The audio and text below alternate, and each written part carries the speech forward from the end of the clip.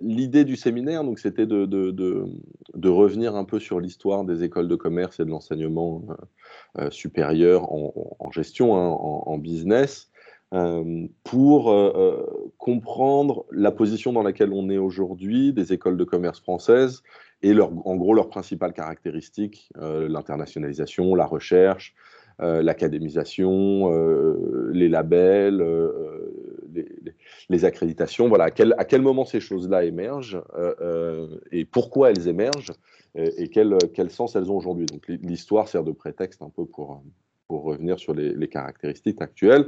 Donc la dernière fois, on a regardé précisément l'émergence des écoles. Hein. Donc on a retracé un peu au 19e siècle leur émergence progressive et fin du 19e, début du 20e, leur stabilisation et leur légitimation, parce que si vous vous rappelez bien, les écoles de commerce avaient du mal à être reconnues comme étant légitimes comme formation pendant cette période-là. Et donc, on les a laissés à la fin du séminaire de la séance dernière dans l'entre-deux-guerres, où ça y est, les écoles étaient à peu près stabilisées avec leur financement, leur structure et une forme de reconnaissance.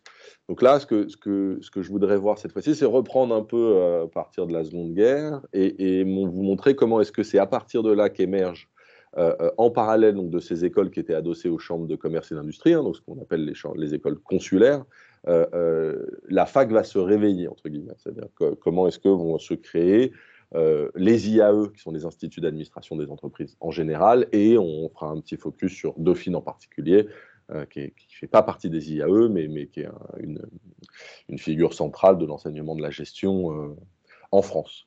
Je vais essayer de passer assez rapidement, en un quart d'heure, 20 minutes, ces aspects-là. On en discute après, on peut aussi en discuter pendant. Donc, n'hésitez pas à poser des questions ou à prendre la parole directement pendant que je fais la présentation. J'ai aucun problème pour m'arrêter et en discuter si vous voulez. Donc, on était à l'après-guerre, la Seconde Guerre mondiale tombe et ce qui se passe après dans le pays a un impact direct sur la manière dont va se structurer l'enseignement en gestion. C'est-à-dire non seulement on va connaître les 30 Glorieuses, donc une période de croissance économique, et on a vu la dernière fois qu'au 19e et au 20e, quand l'économie est en croissance, les entreprises se portent bien, il y a plus de demandes pour les écoles et que quand l'économie baisse, on a quelque chose de problématique. Donc là, l'économie explose, la démographie explose.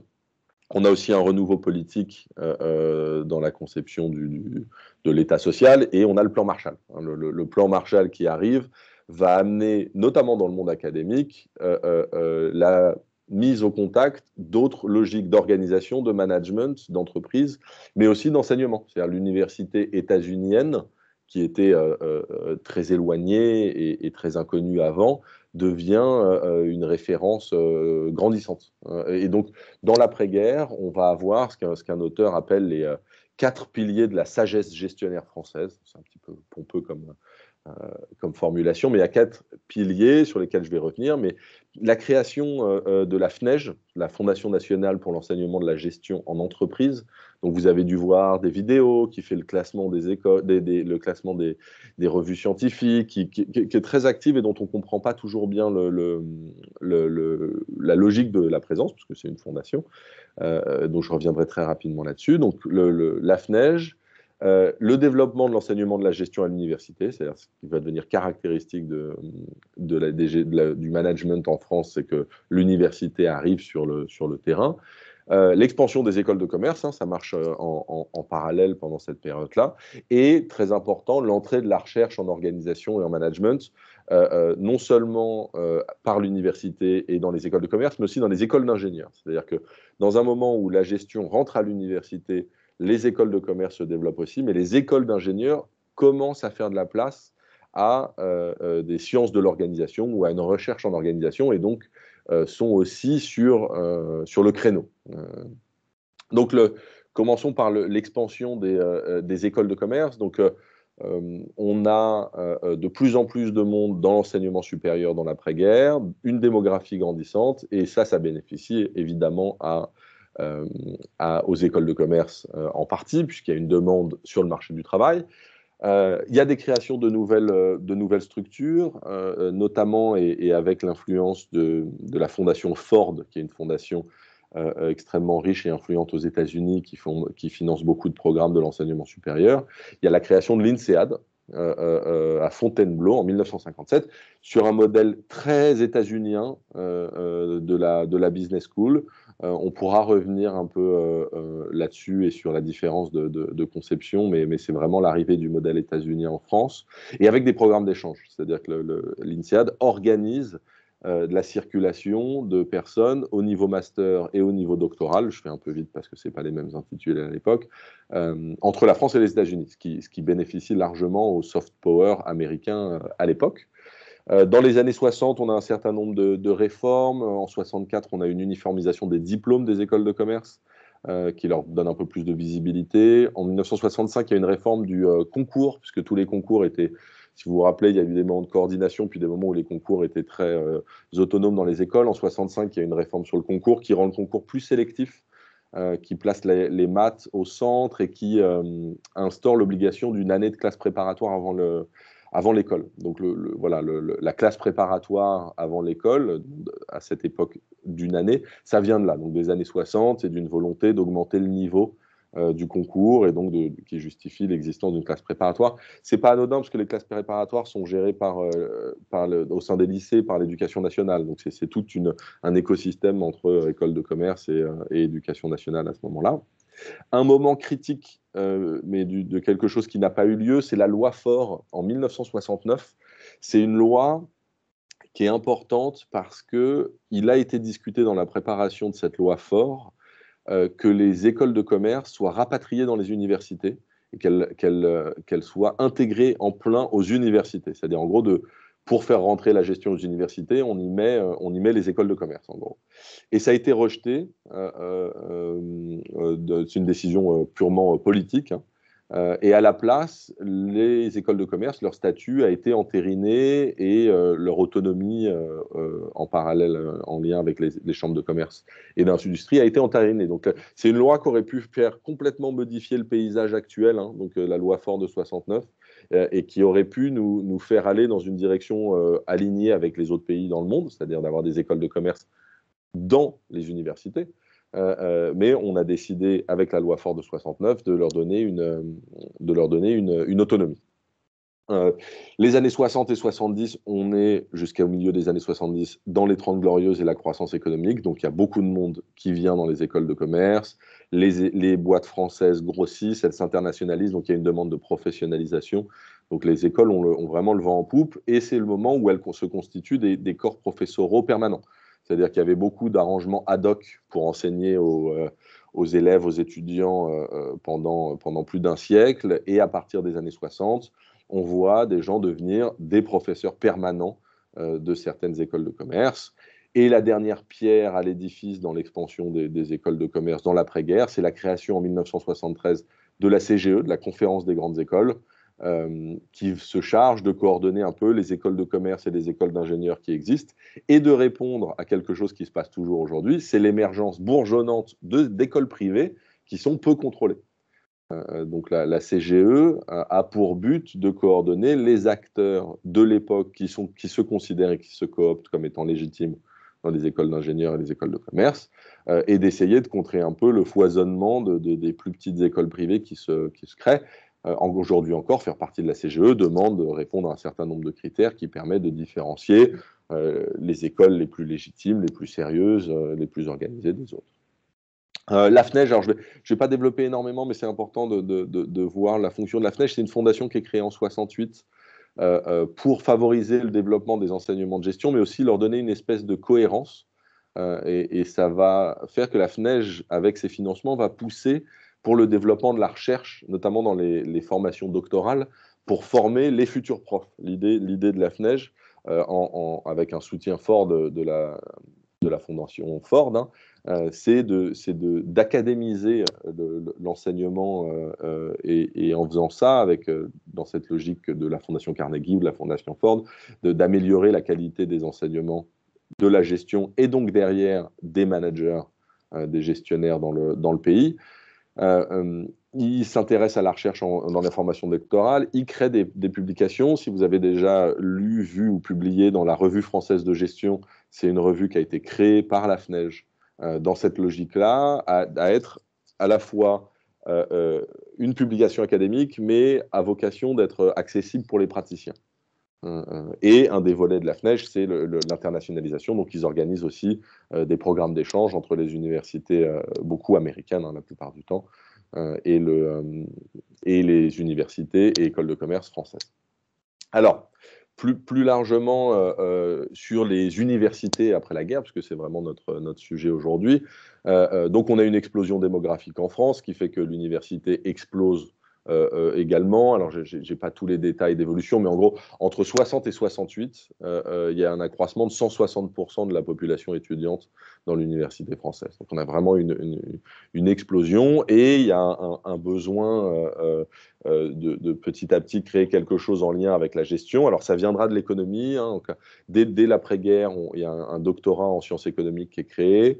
En 59, il y a une licence en économie. Et en 63, c'est vraiment la première apparition de la mention administration des entreprises dans un diplôme. Donc, c'est vraiment les années 60 qui voient arriver ça. Et on le voit aussi dans la formation technique. En 64, il y a le premier concours d'agrégation qui s'appelle Technique économique de gestion pour les professeurs de lycée. Donc, on voit émerger dans les années 60, dans l'éducation nationale et dans l'université, un mouvement vers la gestion. Et ça se voit évidemment dans une grande réforme de 1966 qui crée les IUT, les Instituts universitaires de technologie, qui sont focalisés sur une professionnalisation technique assez rapide, sur en général des disciplines de la gestion très spécifiques. Et en 68, il y a la création de Dauphine. Alors je reviendrai sur Dauphine à la fin, parce que je pense que c'est un acteur vraiment à part. À l'intérieur de cette expansion de l'université, de l'entrée de la gestion, se crée des instances spécifiques pour la formation à l'administration des entreprises, qui sont les IAE, les instituts d'administration des entreprises. Là, la photo, c'est Toulouse, qui fait partie des IAE, je crois, quasiment de la première année. Donc, le modèle de l'IAE, il vient vraiment à la fois du soft power américain dans l'après-guerre, avec le plan Marshall, mais aussi d'une certaine fascination de l'après-guerre pour le management à l'américaine. Et donc, on se tourne vers les États-Unis pour savoir comment enseigner la direction des entreprises, le management. Et on y cherche, parce que c'est la logique, aux États-Unis, c'est des universités qui sont basées sur la recherche. On y cherche une science aux principes et aux règles qui seraient universelles, donc qui pourraient s'appliquer des États-Unis à la France, à l'Allemagne, au Japon, etc. Et donc, on voit de plus en plus dans les années 50, des universitaires aller aux États-Unis avec des bourses qui sont financées par les fondations américaines, qui sont financées par le gouvernement français pour aller se former là-bas. On va beaucoup à Harvard, c'est la Harvard Business School et son MBA, c'est vraiment le point central. Si vous regardez les premiers doctorats franco-états-uniens, c'est des doctorats beaucoup d'Harvard. Il y a une influence aussi de l'université de Carnegie Mellon et l'université de Chicago, mais c'est beaucoup Harvard, où la faculté a une triple compétence qui va beaucoup influencer les écoles de commerce françaises. À Harvard, il y a enseignement, recherche et conseil. La plupart des profs, alors ils ne font pas tout à 100%, mais ils ont de l'enseignement, de la recherche et du consulting. C'est aussi une pédagogie inductive, en petits groupes, basée sur la méthode des cas. Donc, on fait des cas pratiques et on utilise les connaissances scientifiques produites par les chercheurs de l'institution pour savoir comment résoudre des problèmes posés dans les cas. Et quand Gaston Berger, qui est à l'époque, en 1955, le directeur de l'enseignement supérieur au ministère de l'Éducation nationale, il va créer les IAE.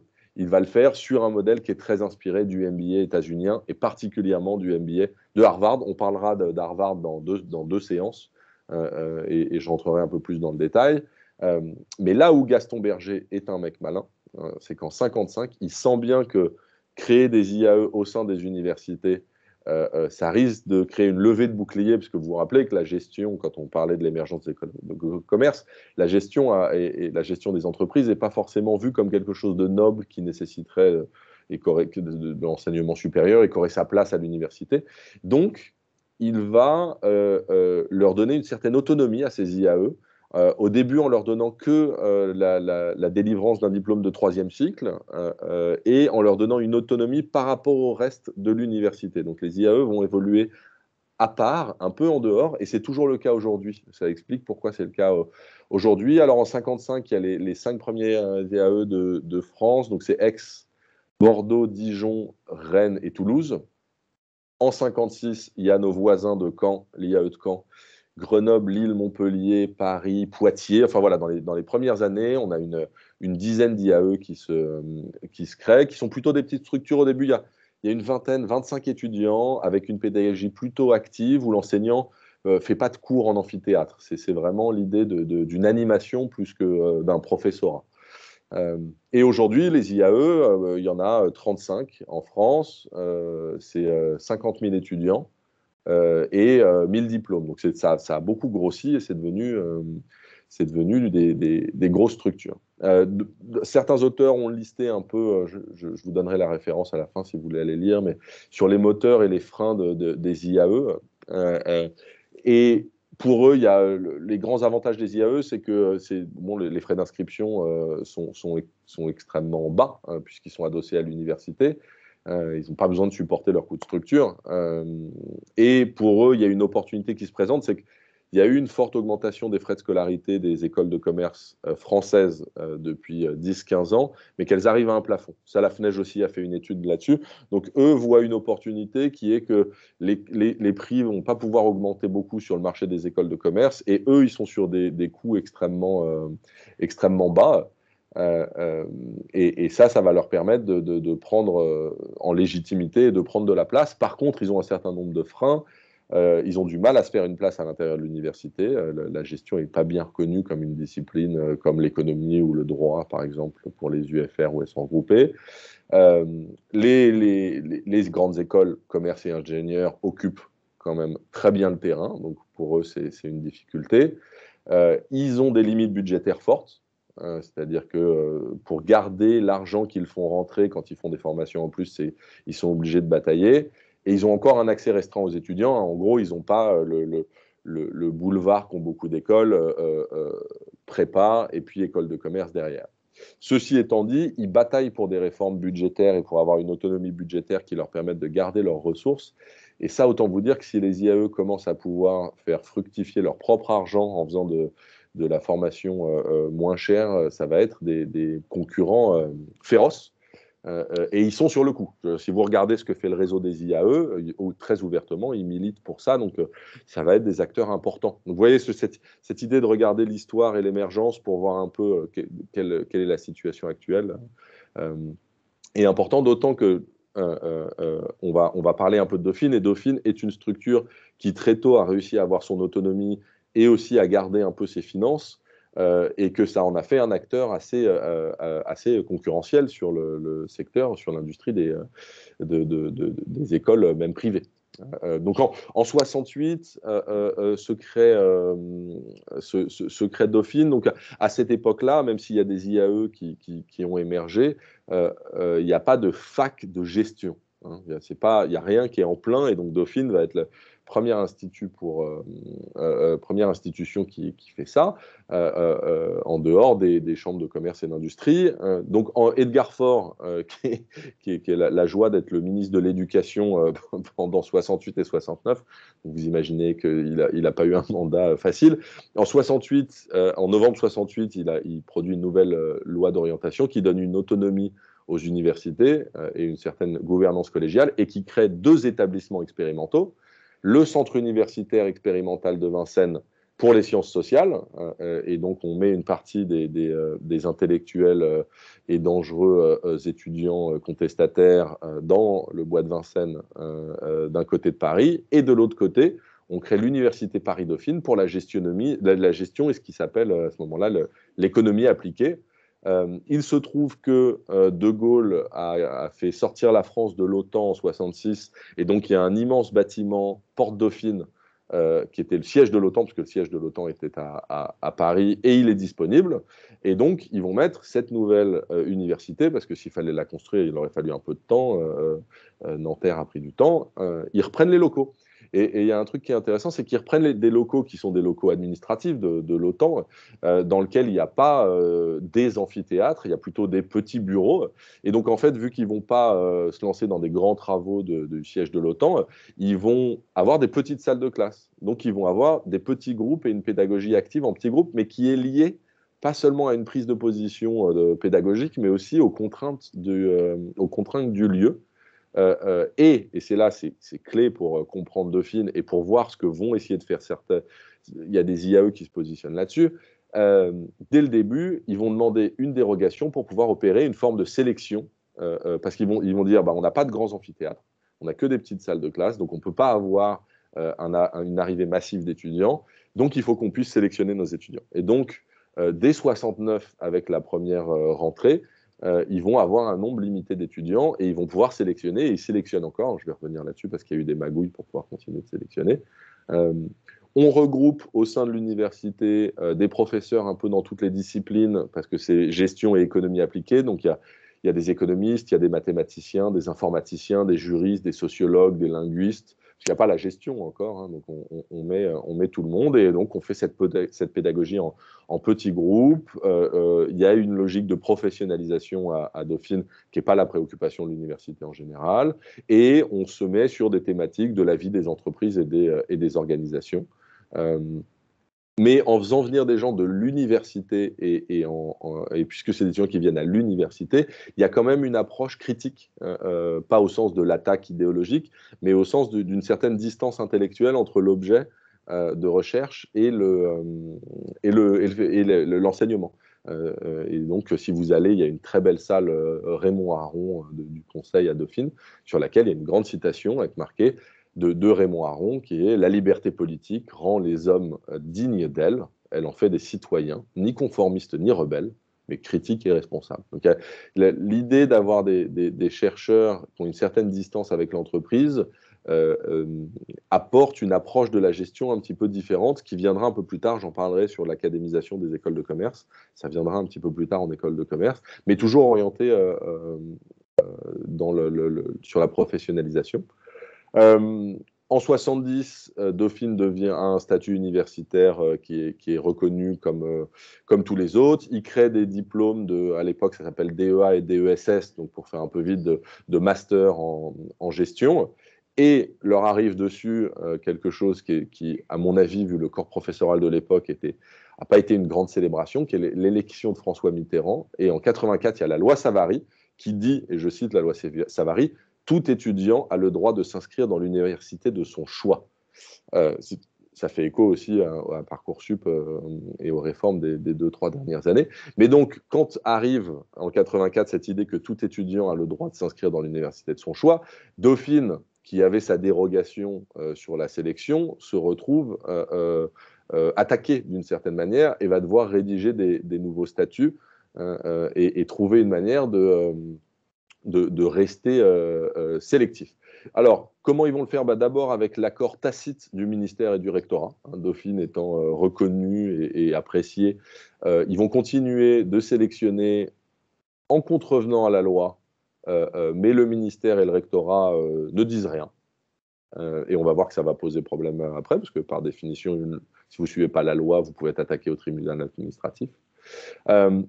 Dans cette période-là, donc on arrive 88, 89 et dans les années 90, il y a des laboratoires de recherche qui se structurent au sein de Dauphine, en finance, en contrôle de gestion, en marketing, en stratégie. Et ce sont ces laboratoires qui pilotent la formation doctorale et c'est un certain nombre de diplômes.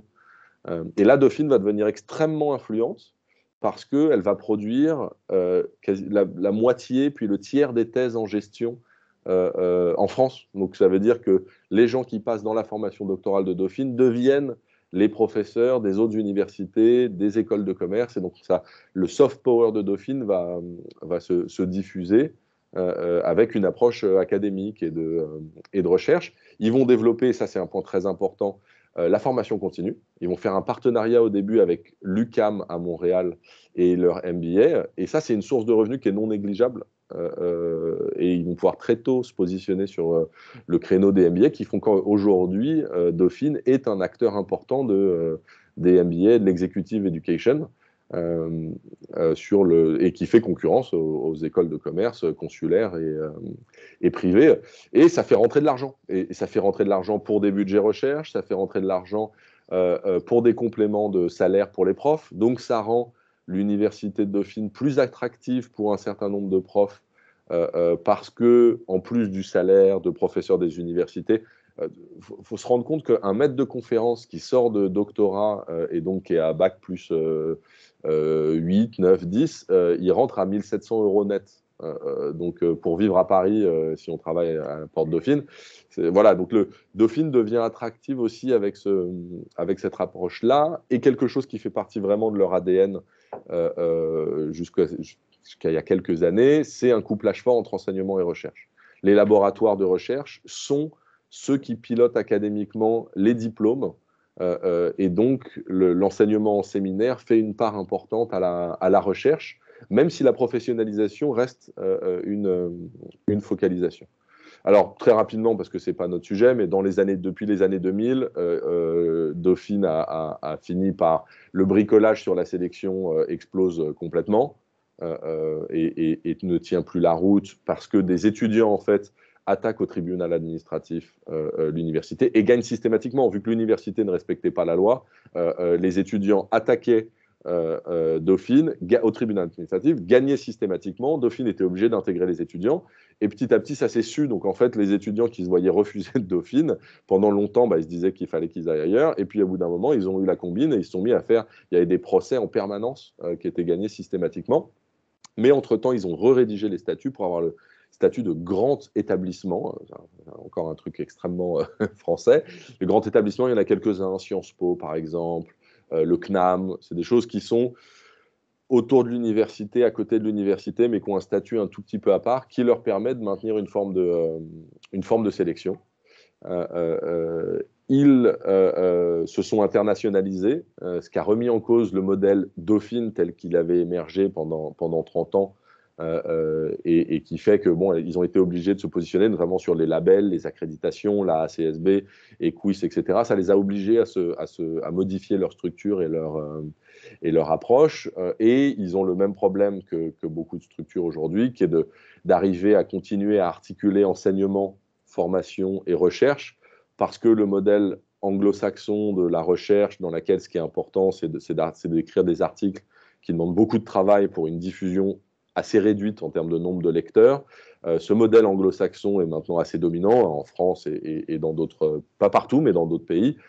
Et donc, ça veut dire que les chercheurs ont moins de temps pour la formation et l'enseignement, que c'est moins valorisé pour eux dans le développement de leur carrière. Donc, ce modèle très proche pendant longtemps, les grands bouquins sur les disciplines, ils étaient écrits par des profs de Dauphine, et des bouquins très influents en recherche étaient aussi écrits par des profs de Dauphine. C'était un lieu dans lequel vraiment on formait, mais on formait en ayant une approche académique de recherche.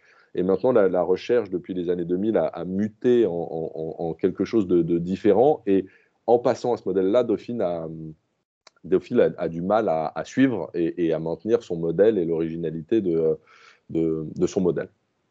Voilà très rapidement, j'avais dit que j'essaierais de tenir les 20 minutes. Si vous voulez en savoir plus, une grande partie de ce que je vous ai dit là vient d'un ouvrage qui est sorti il y a pas longtemps, il y a quelques mois, qui a été coordonné par Alain Burlot et Franck Bournois, qui s'appelle L'enseignement de la gestion en France, aux éditions EMS, qui est rédigé c'est une collection de chapitres de profs et d'enseignants de différents horizons. C'est pas du tout académique, technique, c'est plus qu'accessible, et il est vraiment intéressant. Donc, si vous voulez un panorama de l'histoire des écoles de commerce, de l'histoire des IAE, de l'histoire de Dauphine, de là où ça en est, c'est un bouquin que je vous recommande.